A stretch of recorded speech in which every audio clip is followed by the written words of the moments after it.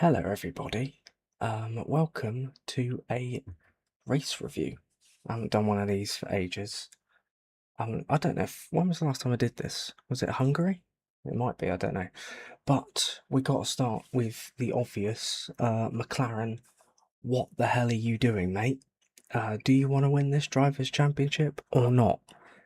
What is going on inside those brains? I really, really don't know. It's it baffles me that it was so obvious with the two stop, with the mandated two stop race with the 25 or the 25 lap limit, should I say? It was so obvious. It was like the cheapest pit stop in the history of cheap pit stops, and they decide to stay out. And I think even their engineers knew at the time. They tried to play it off with the whole, oh, we have what was it? Will Joseph said? Oh, God, it's gone out of my head now. What did he say? He said we had oh, why can't I remember what he said? Fucking hell. So flexibility. We have more flexibility on strategy. Because Lando was like, well, shouldn't we just pitted with everybody else? And then Will Joseph was like, well, they've lost all their flexibility for the remainder of the race. I'm like, well, no, if anything, you've lost your flexibility for the remainder of the race because it means that you have to stop on that 25 and everyone else has that kind of freedom now because they've already made a stop. I don't get. I really, really don't get what McLaren were playing at. And again, it's a gift that Max Verstappen has well and truly taken. Hi George, good to see you, mate. Hope you're well. Hope you're well. If I can get my words out right. But yeah, another present from Max Verstappen, another gift that he has opened, and it means that Verstappen is now only 12 points behind heading into the last round, and I guess Lando Norris will be absolutely crapping himself now. Because if it finishes like it did in Qatar, with Verstappen winning the race and Norris finishing fourth, Verstappen's champion. He wins it by a point. So yeah, McLaren really cannot afford any more screw-ups. Really cannot. They've had two major screw-ups in two races. Obviously, the double disqualification in Las Vegas, and then making such a balls up of this strategy in Qatar. And it's bought what should have been. I mean, the championship should be done by now. Whether it's Norris winning it or whether it's Piastri, from a McLaren point of view, it should be wrapped up. There's no way. I mean, I feel like I feel like I've said this about 5,000 times this year. How is Max Verstappen still in this championship? It's mental. If it finishes the same order, do you think Piastri lets him past? I depends on the situation. Because if it's like the last lap of the race, and obviously Piastri's got nothing to play for, because my theory is Piastri could say, if they ask Piastri to move over, he could say, well, what if Max DNFs, or what if Max gets disqualified? But the thing is, if Piastri's in P2 and Norris is in P4, if something does happen to Max, then Norris is going to win the championship anyway. I don't know if Piastri would do it, because I imagine he's going to have Mark Webber in his ear going, whatever you do not give Lando Norris anything, because that will then set a precedent for next season. And yeah, I think Oscar Piastri will have a lot of people in his ear telling him to focus on his own race and do his own thing. And it's whether he decides to listen to that or whether he decides to follow his team. But I think Oscar Piastri's followed his team too often this season, and it's cost him big time. It cost him yesterday, cost him in Monza, and obviously I know, Piastri is a McLaren driver, he's part of the team, but I think there's got to be a point where you kind of got to look out for yourself, especially if you're going for a championship. That's kind of the best time to look out for yourself. But yeah, if it's that order and you're in the last lap and Lando Norris is the only McLaren driver that can feasibly win the championship, then maybe Oscar Piastri lets him through. I really don't know, but that's the problem. There's so many different scenarios that could possibly play out on Sunday, and that's what makes it so exciting. It's the first time in 15 years, since 2010, that we have gone into the last round of the season with more than two drivers in the hunt for a championship. And last time that happened, a Red Bull driver who was not top of the championship went on to win the title. That was Sebastian Vettel. Sebastian Vettel wasn't top of the championship at all until he won it, and I'm pretty sure that Max Verstappen has not been top of the championship at any point this season. So that'd be pretty crazy. But yeah, McLaren just crap in the bed big time, as they've done so often. And I think it really shows their inexperience when it comes to managing winning situations. Whereas Max is so dialed in. He's been there, seen it, done it, got the t-shirt. He knows how to win, and he'll find a way. And it doesn't bother him, going into this scenario, even though it's like the first time he's got a realistic shot at the title, he won't go into it feeling any pressure. I really don't think. I mean, I think a fifth title would be nice for him, but I don't think he sees it as the end of the world if he doesn't win it. Whereas McLaren will be absolutely shitting themselves, because they'll go into this race knowing that they've had two races in a row where they have screwed up big time, and none of them have been in a position where they've won a championship before. So it's gonna be, I think the pressure's all on McLaren. Verstappen's got nothing to lose. He's already got 4 titles. And it's a free hit. All he can do is the most he can do. The pressure is all on McLaren.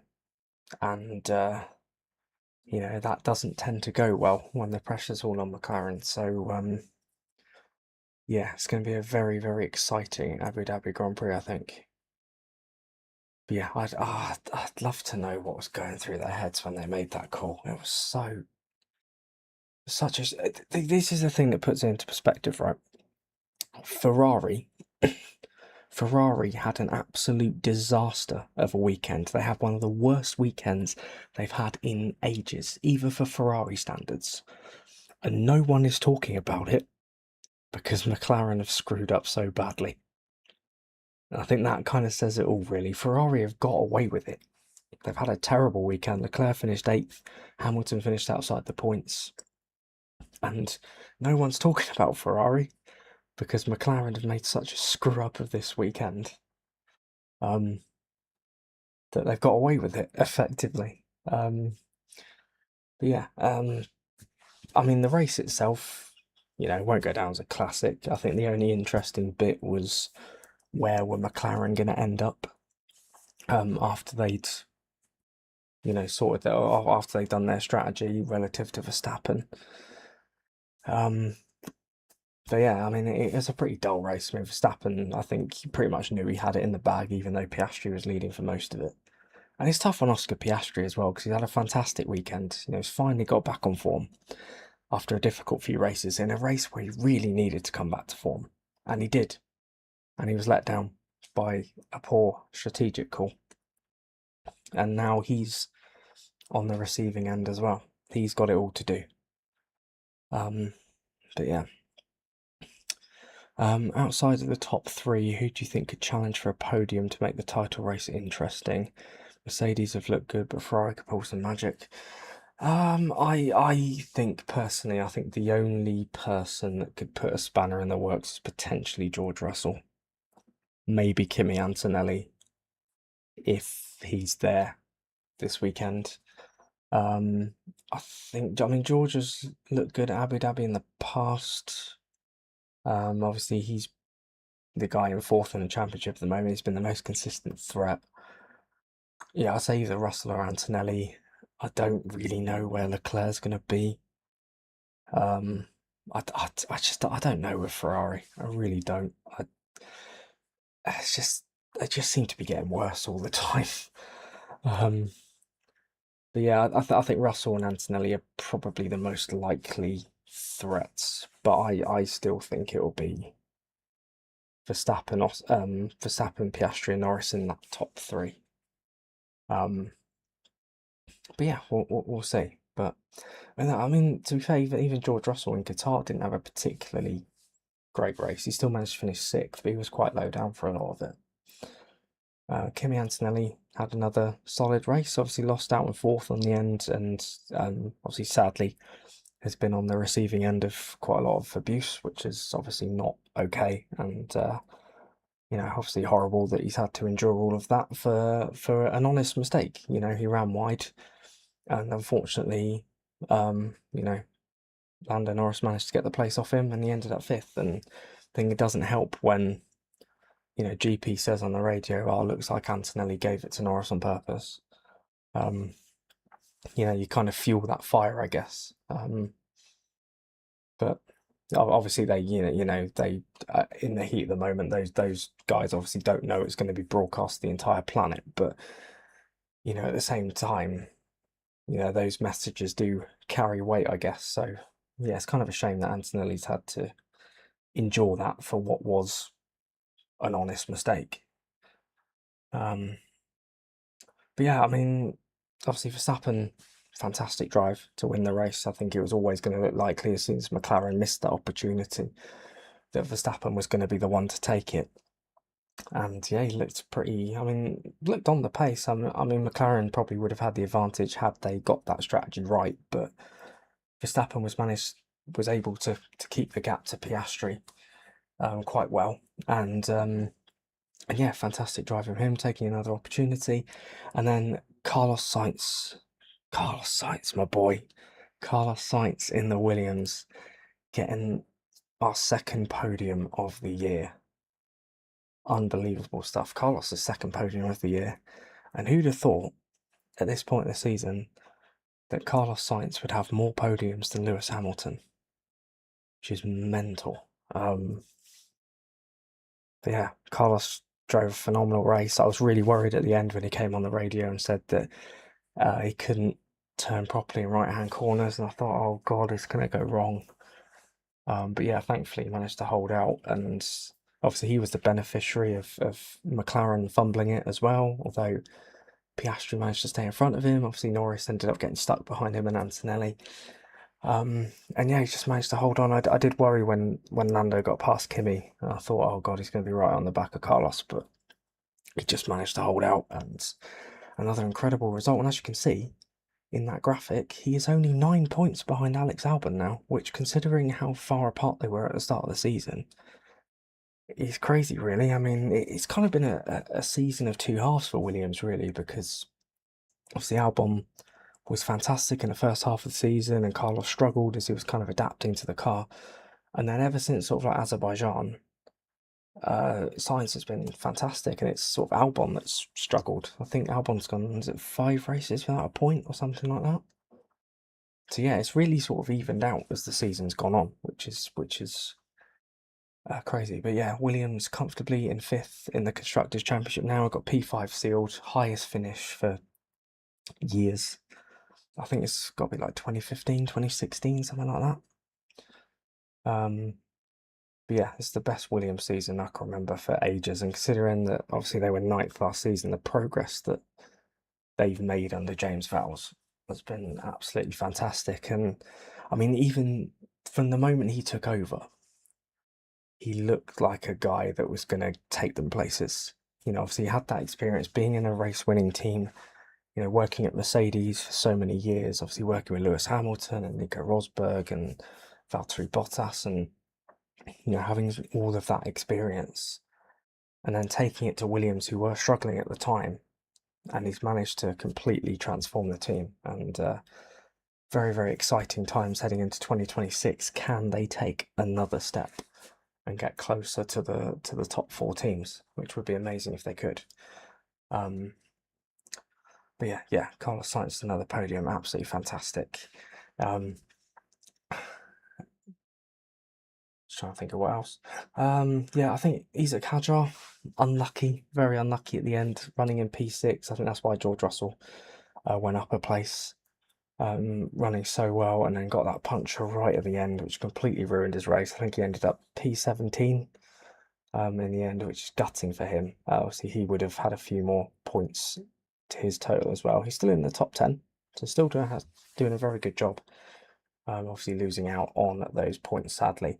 And it looks like, if rumours are to be believed, and they are pretty strong rumours now, that Isaac Kadjar will be a Red Bull driver next season.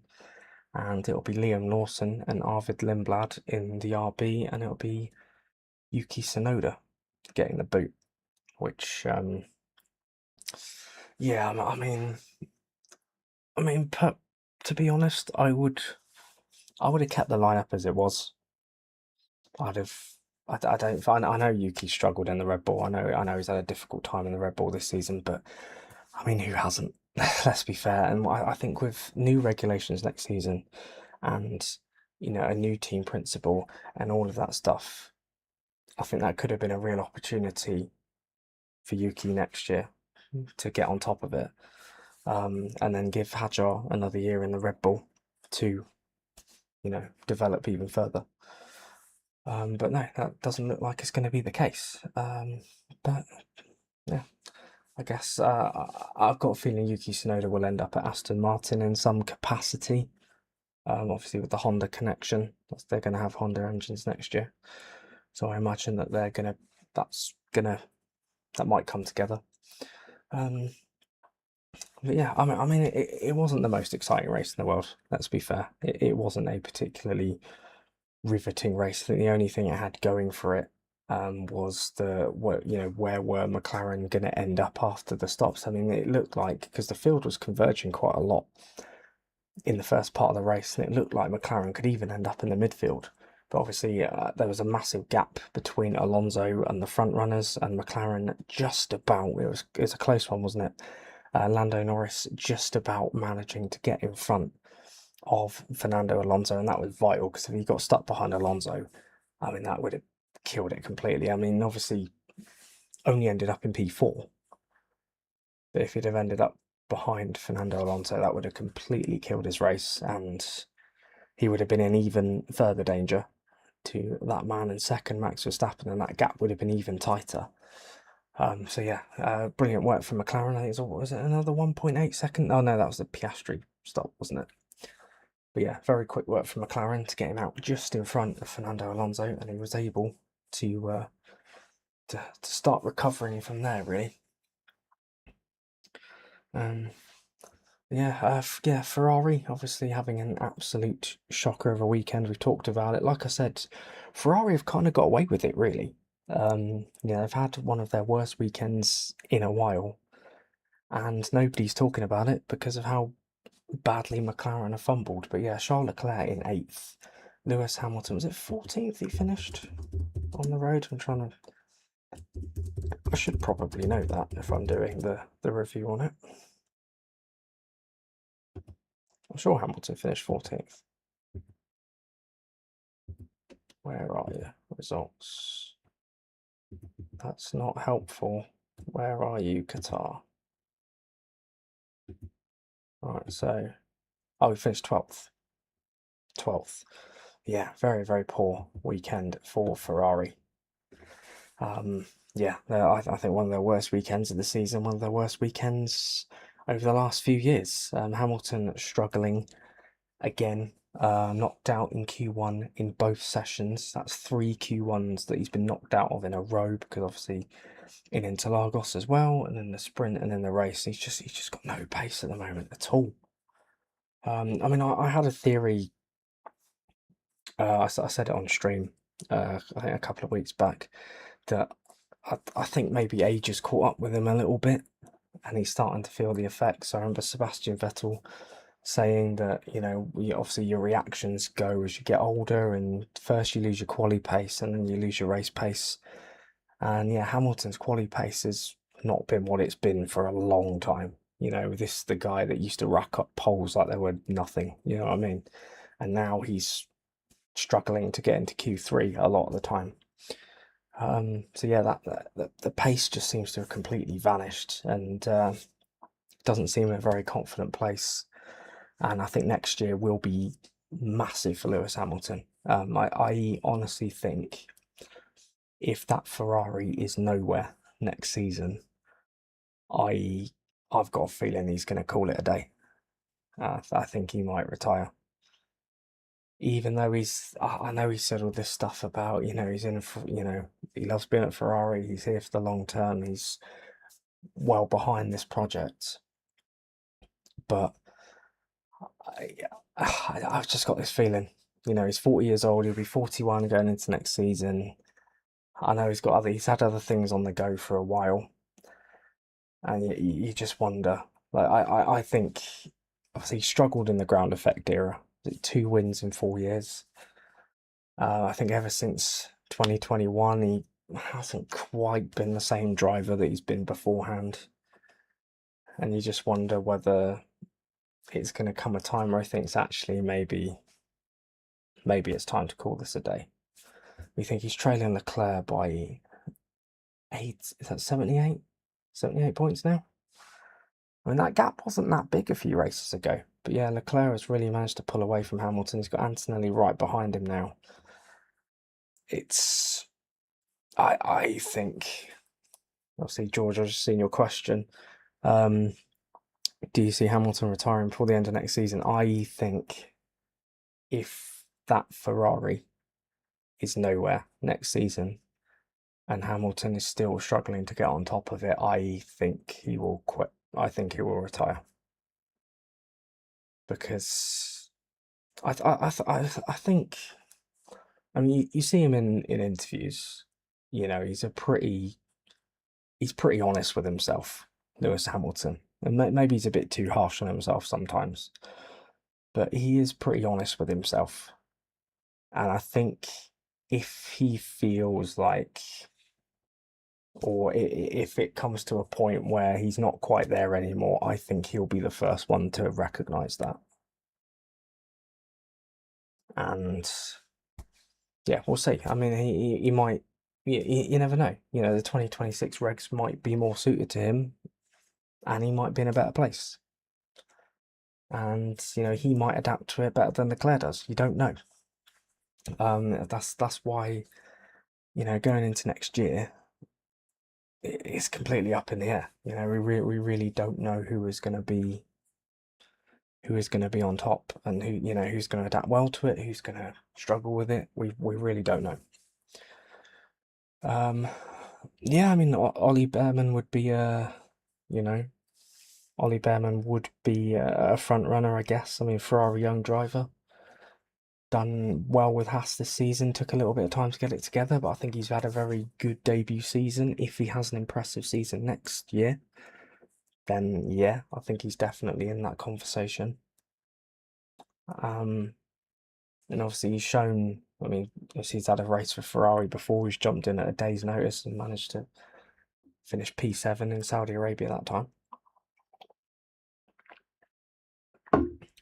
But so yeah, I mean, we're speculating about something that hasn't even happened yet. I mean, like I say, these new regulations for next year is going to throw everything out of the water. We're going into this season, we don't know who's going to be where. We don't know who the best team's going to be. We don't know who the worst team's going to be. We don't know which teams are going to make progress, which teams are going to fall backwards. It really is up in the air. It's one of the biggest regulation changes. I think it's the biggest regulation change in Formula One history. So yeah, it's so hard to speculate on anything. But I really do think that if Hamilton's struggles continue into next season, I think he'll get to the point where he's like, do you know what, I've had enough. Yeah, we'll see. But this is going to be, I mean, if he doesn't score a podium in Abu Dhabi, this will be his first ever Formula One season without a single podium, which is pretty mental, really, considering he's been in Formula One for nearly 20 years. And all right, yeah, I know he's always had he's always been in front running teams or teams near the front, teams that can regularly challenge for podiums. But it's still a pretty insane stat that I think this is his 19th season in Formula One, and this will be his first without a podium. But you think the man that he replaced at Ferrari, he's gone to Williams, has got 2, which is pretty insane. Yeah, Liam Lawson in 9th place for Racing Bulls, just very quietly putting it together. I mean, a lot of people are talking about Hadjar, and rightly so, because he's been excellent this season. But Liam Lawson has done all right, you know. I mean, it took him a while. You could see how much that Red Bull stint really messed with him. You know, he looked a broken man even after 2 races. And it took him a while after coming back to Racing Bulls to get it together. But since the midway point of the season, I think he's been excellent. He's been on a par with Hadjar more often than not. Hasn't scored as many points as Hadjar, but you know, not been a million miles off him, and he's just racking up these points finishes. You know, and he's doing all right, and I can see why Racing Bulls want to keep him for next year.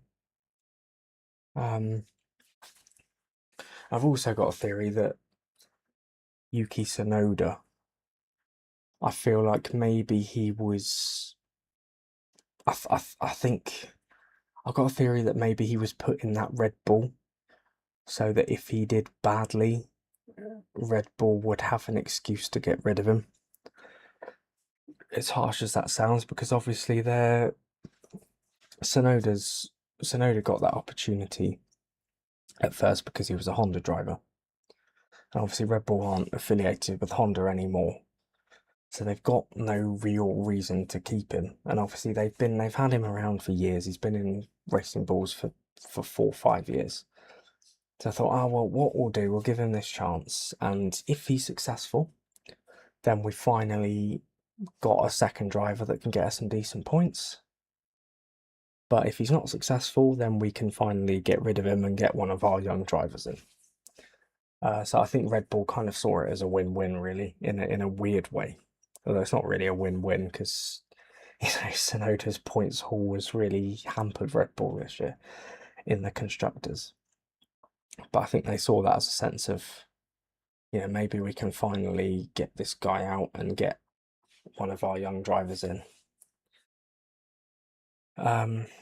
If only Stroll wasn't locked into Aston Martin, I think Yuki deserves a look in a different car. Yeah, I agree. I think Yuki Tsunoda would be a very good fit at Aston Martin. I think putting him alongside someone like Fernando Alonso as well, somebody with a lot of experience that he can learn off and,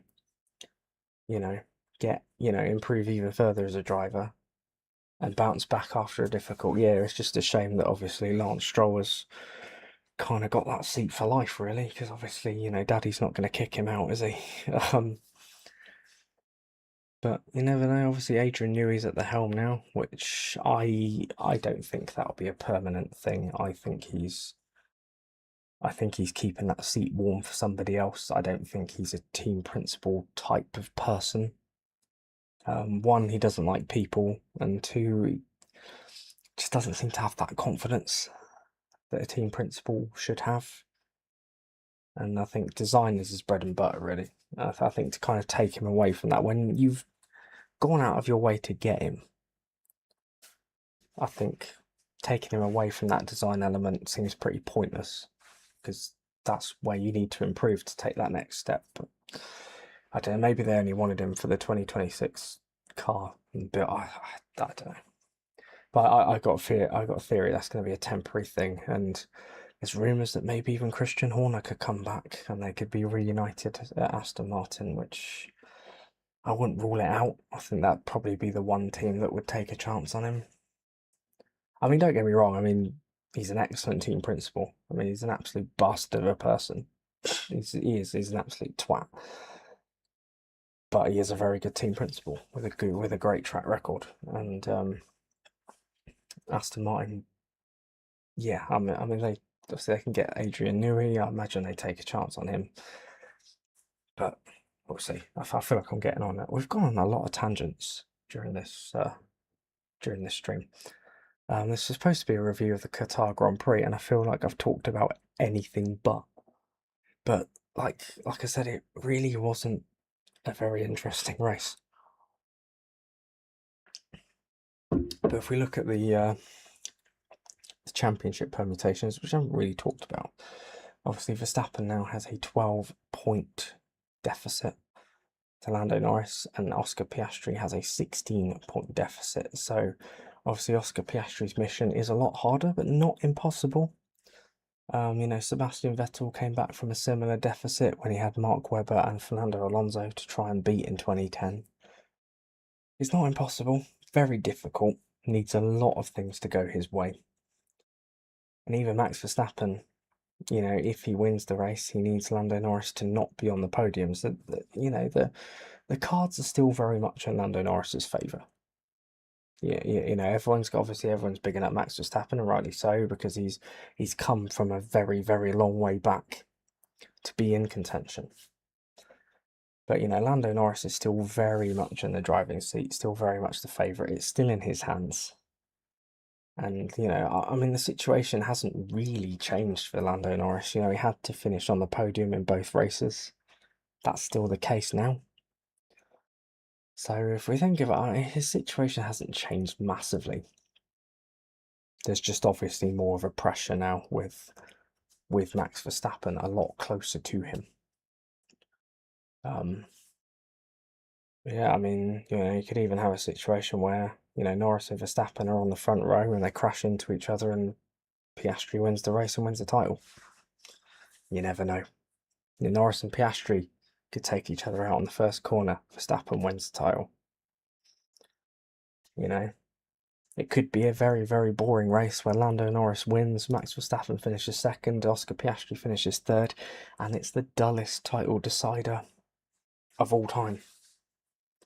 We really, really do not know what's going to happen until we see it unfold.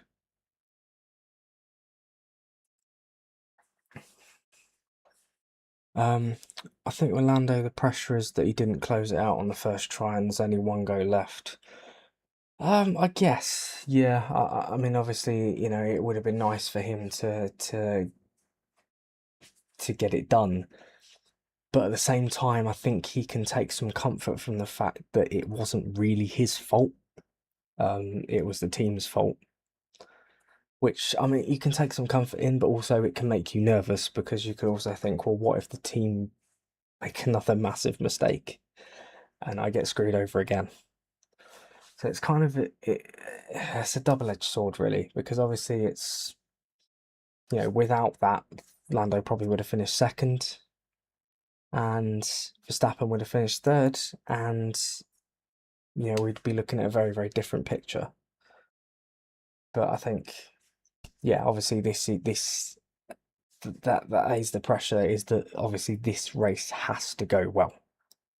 The last race of the season, Max Verstappen breathing down your neck, he really cannot afford any more errors. And yeah, that is the pressure. And obviously McLaren coming off the back of two races where they have made massive mistakes. Yeah, it is, yeah. Like I said, I think Lando Norris is going to have a very nervy week, I think, as are most of the McLaren team. But yeah, I think Max Verstappen will just think, well, if I win, cool. If I don't, whatever. I've already got 4 titles, so he's got nothing to lose. Oscar Piastri hasn't really got anything to lose. I know. Obviously, after the race, he was very despondent, and rightly so, because he should have won the race. But yeah, I think obviously the pressure's all on Lando Norris because this is his only shot now. He's got to make sure that he gets it done. And obviously he's already had one opportunity to get it done, and although yeah, it was no fault of his own, he couldn't quite do it. So yeah, it definitely added drama, added pressure going into this weekend, and yeah, I think they'll definitely be feeling it. Yeah. Okay, right. I think I'm going to end it there. I was only planning to do a short one, just a little roundup of all the things from the Qatar Grand Prix. But thank you very much for watching. If you want to see more stuff like this, then please let me know. It's been nice doing something a little bit different. I feel like I waffled and went on a lot of tangents and stuff like that, and I tend to do that. I tend to spend most time just not talking about the thing that I should talk about. Um, but yeah, thank you very much for watching. I really hope that you enjoyed it. Thank you for joining me. I really hope that you enjoyed this kind of thing. And yeah, if you want to see more stuff like this, then please let me know. Yeah, thanks for joining me, guys. If you enjoyed it, I've screwed myself up my own outro now. I don't even know what I'm doing. Yeah, thank you, George. Thank you for watching. I'm glad that you enjoyed it, and I'll see you in the next one. But yeah, thank you for watching. If you enjoyed it, please consider leaving a like on there for me. If you're new around here and you like what you see, why not get subscribed so you can be notified of future stuff like this. If you're watching on a replay, comment below any thoughts and suggestions that you may have. Thank you once again for joining me. Enjoy the rest of your day. Take care of yourselves, and I will see you in the next one. Bye for now.